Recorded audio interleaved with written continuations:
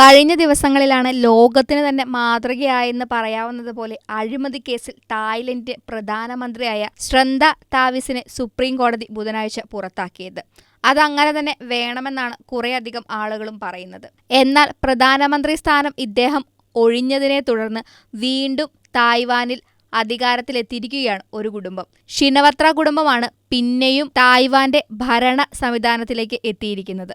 മുൻ പ്രധാനമന്ത്രിയും ശതകോടീശ്വരനും ജനപ്രിയനുമായിട്ടുള്ള തക്സിൻ ഷിനവത്രയുടെ ഇളയ മകളാണ് ഇപ്പോഴത്തെ തായ്വാൻ പ്രധാനമന്ത്രിയായി തിരഞ്ഞെടുക്കപ്പെട്ടിരിക്കുന്നത്. പ്യൂ തായ് പാർട്ടി നേതാവും 37-കാരിയുമായ പെറ്റാങ്ചൻ ഷിനവത്ര ആണ് തായ്ലൻഡിന്റെ പുതിയ സ്റ്റൈലിഷ് പ്രധാനമന്ത്രി. പാർലമെന്റിന്റെ വോട്ടെടുപ്പിൽ ഈ സ്റ്റൈലിഷ് നേതാവിന് 319 പേരുടെ പിന്തുണ ലഭിച്ചപ്പോൾ 145 പേരാണ് എതിർത്തത്.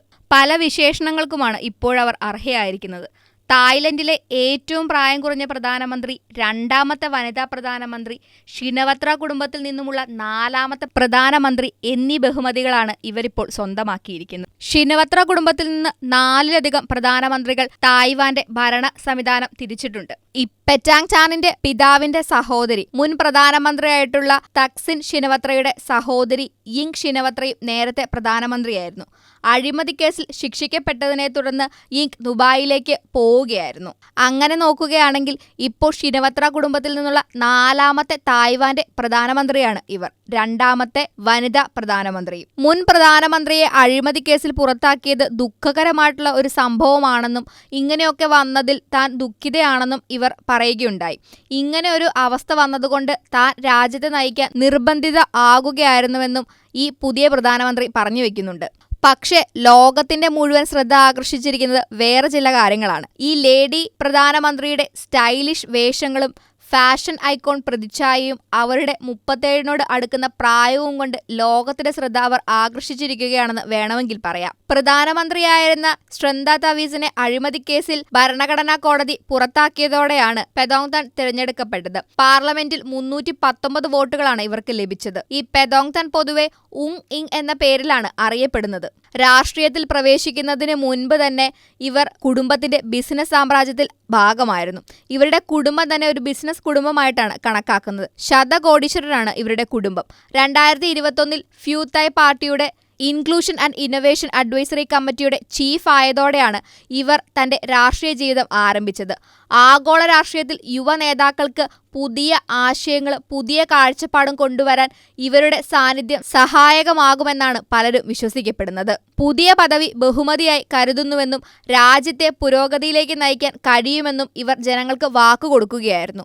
അതേസമയം പിതാവിന്റെ പകരക്കാരിയാണെന്നും നെപ്പോക്കിട്ടാണെന്നുമുള്ള പ്രചരണങ്ങളെ ഇവർ നിഷേധിക്കുകയാണ്. രാജ്യത്തെ അതിസമ്പന്നരും സ്വാധീന ശക്തിയുമുള്ളവരാണ് ഷിനവത്ര കുടുംബം. പ്രധാനമന്ത്രിയായിരുന്ന തക്സിനെ 2006-ലാണ് അഴിമതി ആരോപണത്തെ തുടർന്ന് പട്ടാളം പുറത്താക്കുന്നത്. ഇവരുടെ കുടുംബത്തിലെ പലരും അഴിമതി ആരോപണത്തിൽ തട്ടി തന്നെയാണ് അധികാരത്തിൽ നിന്ന് പുറത്തായിട്ടുള്ളത്. 2011 മുതൽ 2014 വരെ യിങ് മന്ത്രിയായിരുന്നു. വിദേശത്ത് താമസമാക്കിയ തക്സിൻ കഴിഞ്ഞ വർഷമാണ് തായ്ലൻഡിൽ തിരിച്ചെത്തി രാഷ്ട്രീയത്തിൽ സജീവമായത്. 493 അംഗ പാർലമെന്റിൽ ഫി യു താങ് പാർട്ടി നേതൃത്വം നൽകുന്ന 11 കക്ഷികളുടെ മുന്നണിക്ക് 314 അംഗങ്ങളാണ് ഉള്ളത്. ഈ പ്രധാനമന്ത്രി അത്രയങ്ങ് കുറഞ്ഞയാളല്ല. അവരുടെ അക്കാദമിക് നേട്ടങ്ങളും സാമൂഹിക വിഷയങ്ങളിലെ ഇടപെടലുകളും പണ്ട് മുതലേ ഫേമസ് ആണ്. സാമ്പത്തിക ശാസ്ത്രം, പൊളിറ്റിക്കൽ സയൻസ് എന്നിവയിൽ ഇവർക്ക് വളരെ വലിയ പ്രാവീണ്യമാണുള്ളത്.